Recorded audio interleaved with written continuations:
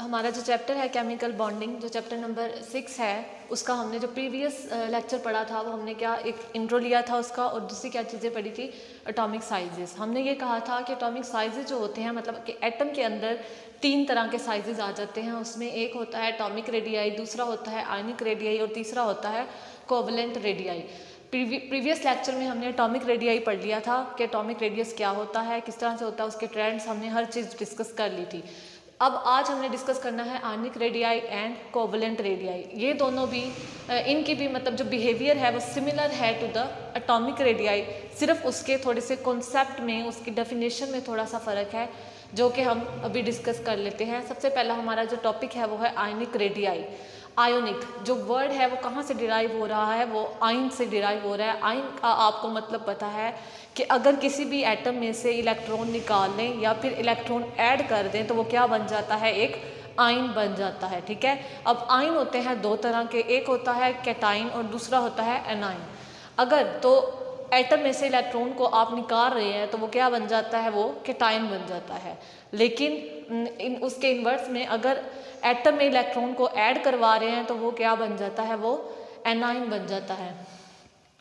सबसे पहले इसकी डेफिनेशन है आयनिक रेडियाई की, the average distance between the nucleus of an ion and its outermost shell. के एक आयन है, लेट सपोज जो आयन की शेप होती है वो भी स्फेरिकल ही होती है, similar to the atom.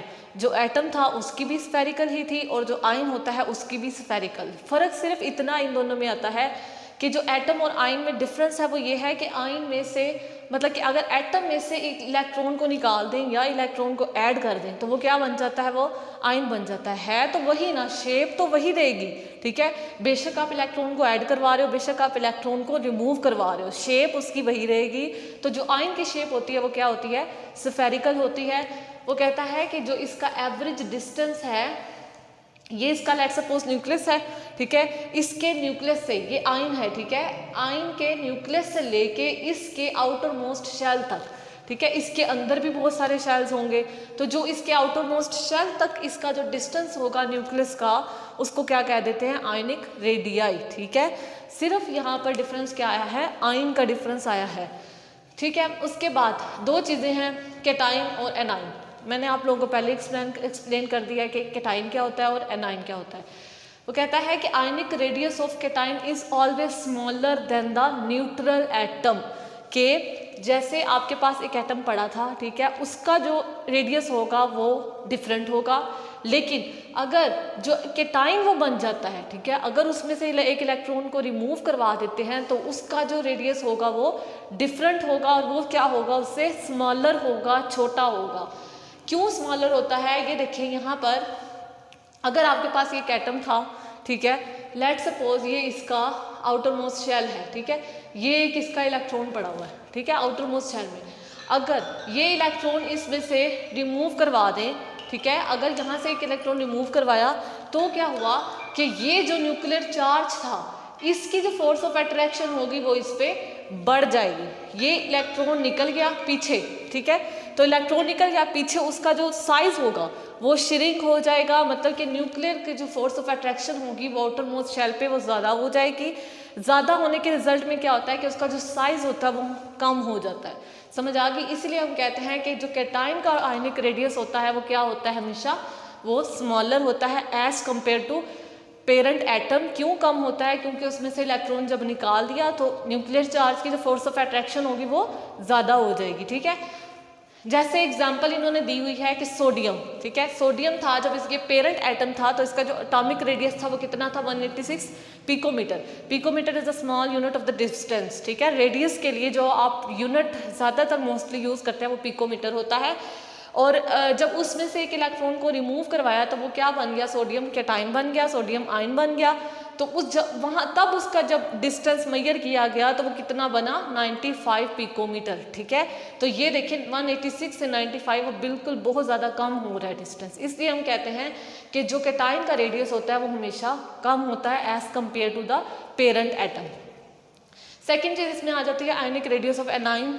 Ionic radius of anion, जो एनाइन का आयनिक रेडियस होता है वो हमेशा पेरेंट एटम से ज़्यादा होता है, ग्रेटर होता है, ठीक है। क्यों ग्रेटर होता है? Due to the decrease of the nuclear charge. Let's suppose ये आपके पास ऐसे ही पड़ा हुआ था एक एटम, ठीक है, ये आउटर मोस्ट शेल है। अब क्या होना है कि ये एक इलेक्ट्रॉन पड़ा हुआ है, ठीक है, इसमें से एक और इलेक्ट्रॉन ने आना है, ठीक है, अब ऐड हो रहा है। एनाइन कब बनेगा? जब कोई भी इलेक्ट्रॉन ऐड होगा। जब ये इलेक्ट्रॉन इसमें ऐड होगा ऑब्वियसली इस पे भी नेगेटिव चार्ज है, इस पे भी नेगेटिव चार्ज होगा, तो ये दोनों क्या करेंगे? ये दोनों एक दूसरे को रिपेल करेंगे, ठीक है। रिपेल करने की वजह से यहाँ से इन्होंने रिपेल किया एक दूसरे को, ठीक है, लेट्स सपोज ये दूर हो गए, ठीक है, तो यहाँ से क्या होगा कि जो इसकी फोर्स ऑफ अट्रैक्शन होगी on the outermost shell वो क्या हो जाएगी? वो डिक्रीज हो जाएगी, कम हो जाएगी। डिक्रीज होने की वजह से हम कह देते हैं कि इसका जो साइज होगा वो बढ़ जाएगा। इसलिए हम कहते हैं कि जो एनाइन का आयनिक रेडियस होता है वो हमेशा लार्जर होता है as compare to the neutral atom, ठीक है। यहाँ पर एग्जाम्पल दी गई है क्लोरीन की। क्लोरीन का जब एक एटम पड़ा था तो जब उसका साइज मेजर किया गया, जब उसका आयनिक रेडियस मेजर किया गया तो वो कितना था? 99 पिकोमीटर, ठीक है। लेकिन जब उसमें एक इलेक्ट्रॉन को ऐड करवाया गया तो जब उसका रेडियस मेजर किया गया तो वो कितना आया था? 181 पिकोमीटर, ठीक है। तो ये देखिए 99 से 181 बन गया है, बहुत ज़्यादा उसका रेडियस बढ़ गया है। नेक्स्ट आ जाते हैं इसके ट्रेंड्स होते हैं, अलोंग द पीरियड भी होते हैं, अलोंग द ग्रुप भी होते हैं। ये हमने एटॉमिक रेडियाई में भी पढ़ा था। इसके ट्रेंड्स सारे सेम वैसे ही हैं जैसे कि एटॉमिक रेडियस के हैं। हमने क्या कहा था कि अगर अलोंग द ग्रुप की बात करें तो जो आयनिक रेडियस है वो बढ़ जाता है। क्यों बढ़ जाता है? ऑब्वियसली जब हम अलोंग द ग्रुप की बात करते हैं तो नंबर ऑफ शेल्स इंक्रीज होते हैं, ठीक है। अब जब मैंने आपको वही बताया कि आयन और एटम शेप सेम है, शेल्स भी उसमें ऐड होते रहेंगे, हर चीज़ होगी, सिर्फ क्या डिफरेंस आ रहा है कि इलेक्ट्रॉन या तो रिमूव होगा या फिर ऐड होगा, बाकी चीज़ें उनकी सेम है, ठीक है। तो यहाँ पे क्या होगा कि अगर हम अलोंग द ग्रुप की बात करते हैं तो जो नंबर ऑफ शेल्स हैं वो इंक्रीज होते हैं। नंबर ऑफ शेल्स इंक्रीज होंगे तो ऑब्वियसली उसके रिस्पॉन्स में जो न्यूक्लियर चार्ज होगा उसकी फोर्स ऑफ अट्रैक्शन कम हो जाएगी on the outermost shell. तो जब उसकी न्यूक्लियर चार्ज की फोर्स ऑफ अट्रैक्शन कम होगी तो इसका मतलब क्या है कि उसका साइज इंक्रीज होगा, उसका रेडियस इंक्रीज होगा, ठीक है। तो अलोंग द पीरियड अगर हम बात करें तो उसके इन्वर्स में क्या होगा कि ionic radius along the period जो होता है वो हमेशा डिक्रीज होता है। वो क्यों डिक्रीज होता है? क्योंकि अगर आप अलोंग द पीरियड जा रहे हैं तो वो जो नंबर ऑफ शेल होता है वो हमेशा सेम रहता है। अगर नंबर ऑफ शेल सेम है लेकिन जो उसका एटॉमिक नंबर है वो इंक्रीज होता है, एटॉमिक नंबर इंक्रीज हो रहा है, इट मीन्स कि उसका जो न्यूक्लियर चार्ज है वो इंक्रीज हो रहा है। अगर न्यूक्लियर चार्ज इंक्रीज होगा तो एज अ रिजल्ट क्या होगा कि उसकी जो फोर्स ऑफ अट्रैक्शन होगी वो ज़्यादा हो जाएगी on the outermost shell. जब उसकी फोर्स ऑफ अट्रैक्शन ज़्यादा हो जाएगी तो ऑब्वियसली उसका जो साइज होगा वो श्रिंक हो जाएगा। तो जब उसका साइज श्रिंक होगा ऑब्वियसली उसका रेडियस भी श्रिंक हो जाएगा। इसलिए हम कहते हैं कि अलोंग द पीरियड जो आयनिक रेडियस होता है वो हमेशा डिक्रीज होता है। अब यहाँ पर वो कहता है कि अगर आपके पास एक क्रिस्टल हो जिसमें पॉजिटिव आयंस भी हो, जिसमें नेगेटिव आयंस भी हो, मतलब एनाइंस भी हो और कैटाइंस भी हो, तो अगर आपको पता है अगर हम ये दो ले लेते हैं, ठीक है, लेट्स सपोज हम ये पोटाशियम क्लोराइड का एक क्रिस्टल ले लेते हैं। मैं सपोज कर लेते हैं ये पोटाशियम का है और ये क्लोराइड का है। पोटाशियम के ऊपर पॉजिटिव साइन, ठीक है, क्योंकि इसने इलेक्ट्रॉन लूज किया है, इसने इलेक्ट्रॉन एक्सेप्ट किया है, ठीक है। तो इसका जो साइज होगा वो हमने यही पढ़ा कि छोटा होगा, ठीक है। तो इसका साइज छोटा, इसका साइज बड़ा, कैटाइन का साइज छोटा है और एनायन का साइज बड़ा है। अगर आप देखें कि जो कैटाइन का सिर्फ रेडियस होगा, यहाँ पर जो कैटाइन का रेडियस है वो कितना है, आर पॉजिटिव से हमने उसको रिप्रेजेंट किया है, और जो एनायन का रेडियस है उसको हमने रिप्रेजेंट किया है आर नेगेटिव से। और इसका जो टोटल रेडियस होगा, टोटल, ठीक है, दोनों को मिला के जो उनका रेडियस होगा वो कितना होगा, वो होगा आर, ठीक है। तो वो कहता है कि अगर हमें ये दोनों एनाइन और कैटाइन का आयनिक रेडियस गिवन हो तो हम उनका overall radius find out कर सकते हैं। कैसे फाइंड आउट कर सकते हैं कि हम इन दोनों का सम ले लेंगे, ठीक है। जैसे यहाँ पे देखें R is equal to R plus plus R negative, ठीक है। तो यहाँ पर अगर पोटाशियम का वो कहता है कि जब मेजर किया गया तो उसका जो R+ था यानी पोटाशियम का था वो कितना था, रेडियस 133 पिकोमीटर, और जो क्लोराइड का था वो कितना था, वो था 181 पिकोमीटर। जब इन दोनों को प्लस किया गया तो आंसर क्या आया था, डेट इज़ 314 पिकोमीटर। तो ये एक तरीका भी होता है कि दो जब एटम्स आपस में बॉन्ड बनाए होते हैं तो उनके दरमियान जो बॉन्ड होता है उसका डिस्टेंस, ठीक है, उसका डिस्टेंस या उसका रेडियस मेजर कैसे किया जाता है, ठीक है।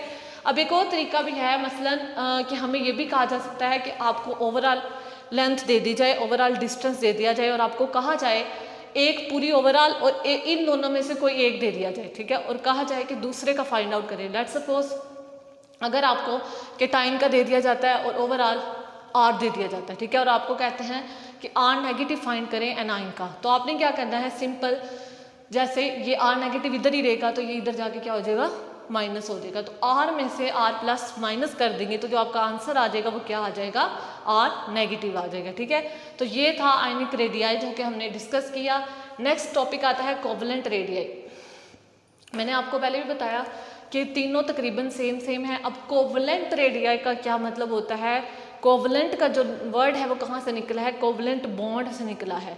अब कोवलेंट बॉन्ड क्या होता है, ऐसा बॉन्ड जो कि दो एटम्स की म्यूचुअल शेयरिंग से बनता है, ठीक है। अब म्यूचुअल शेयरिंग कैसे, मतलब कि दो एटम्स, यहाँ पे देखें अगर हम ये दो हाइड्रोजन एटम ले लेते हैं तो यहाँ पर कोवलेंट रेडियाई कैसे बना, यहाँ पर बच्चों कंपलसरी है कि दो एटम्स ने आपस में बॉन्ड बनाया हो, ठीक है, तभी वो कोवलेंट रेडियाई कंसीडर होगा, अदरवाइज वो कंसीडर नहीं होगा। ये दो हाइड्रोजन इन्होंने आपस में बॉन्ड बनाया हुआ है, ठीक है। अब इन्होंने ये जो आपस में इनका जो बॉन्ड है, ठीक है, ये इसका न्यूक्लियस और इसका न्यूक्लियस आपस में जो मिल रहा है, ठीक है, इसको हम ओवरऑल कह देते हैं बॉन्ड लेंथ। क्या कह देते हैं, बॉन्ड लेंथ, ठीक है। अगर हम इसका डेफिनेशन पढ़ें कोवलेंट रेडियाई की, half of the single bond length between two similar atoms covalently bonded in a molecule. वही बात है कि यहाँ पे देखिए बॉन्ड लेंथ की बात की गई है। बॉन्ड लेंथ मैंने आप लोगों को अभी बताया है कि दो एटम जब आपस में कोवलेंटली बॉन्डेड होते हैं तो उनका जो आपस में डिस्टेंस होगा न्यूक्लियस का, उसे क्या कह देते हैं, बॉन्ड लेंथ, ठीक है। तो हाफ ऑफ द डिस्टेंस, ठीक है, half of the single bond length, मतलब कि अगर हमने किसी भी एटम की इन दोनों में से कोवलेंट रेडियाई फाइंड आउट करनी है तो किस तरह से फाइंड आउट करेंगे कि इनकी बॉन्ड लेंथ की हाफ, ठीक है, इसका हाफ, मतलब अगर यहाँ से यहाँ तक देखो तो वो किसका बन रहा है, एक हाइड्रोजन का, अगर यहाँ से यहाँ तक देखो तो वो एक हाइड्रोजन का बन रहा है, ठीक है। तो इस तरह हम इसको डिफाइन कर देते हैं। यहाँ पर इन्होंने बताया है कि इसका जो पूरा रेडियस है यानी कि कोवलेंट रेडियस जो इसका पूरा है, ठीक है, पूरे हाइड्रोजन मॉलिक्यूल का H2 का, वो कितना है 75.4 पिकोमीटर, ठीक है। लेकिन अब इसमें से हम एक हाइड्रोजन एटम का भी कोवलेंट रेडियस फाइंड आउट कर सकते हैं। वो किस तरह के, इसको हाफ कर दे, ठीक है, 2 पे डिवाइड कर दे तो वो कितना आ जाएगा 37.7, ठीक है। तो नेक्स्ट आ जाता है, एक चीज़ आपकी बुक में बताई गई है कि covalent radius of an atom can be use to determine the covalent radius of an other atom. मतलब अगर आप इसी में से देखें कि वो कहता है कि अगर आपको एक हाइड्रोजन का या एक एटम का कोवलेंट रेडियस गिवन हो तो आप उसमें से दूसरे एटम का कोवलेंट रेडियस फाइंड आउट कर सकते हैं। कैसे, फॉर एग्जांपल उससे एक एग्जांपल दी हुई है CH3Cl की, ठीक है। अगर आप इसको खोल के लिखे तो ये वाला स्ट्रक्चर इस तरह बनता है, ठीक है। हमने यहाँ पर लेना है कार्बन और क्लोरीन का, ठीक है। अगर हम इन दोनों को ड्रॉ करें तो ये कार्बन का है, ये क्लोराइड का है, ठीक है। हम इसको कंसीडर कर लेते हैं R1 जो कार्बन का है, ठीक है, ये कार्बन का है कोवलेंट रेडियाई, और जो क्लोराइड का कोवलेंट रेडियाई है वो किसका है, R2, ठीक है। तो अगर हमने इनका, वो कहता है कि ओवरऑल यानी कि CCl बॉन्ड लेंथ गिवन है, ये बॉन्ड लेंथ ही हुई ना, CCl बॉन्ड लेंथ कितनी गिवन है 176.7 पिकोमीटर, ठीक है। तो ये गिवन है। अब वो कहता है कि इसमें से हम की यहाँ पर क्लोरीन की कार्बन की गिवन है कितनी 99.4 पिकोमीटर, ठीक है।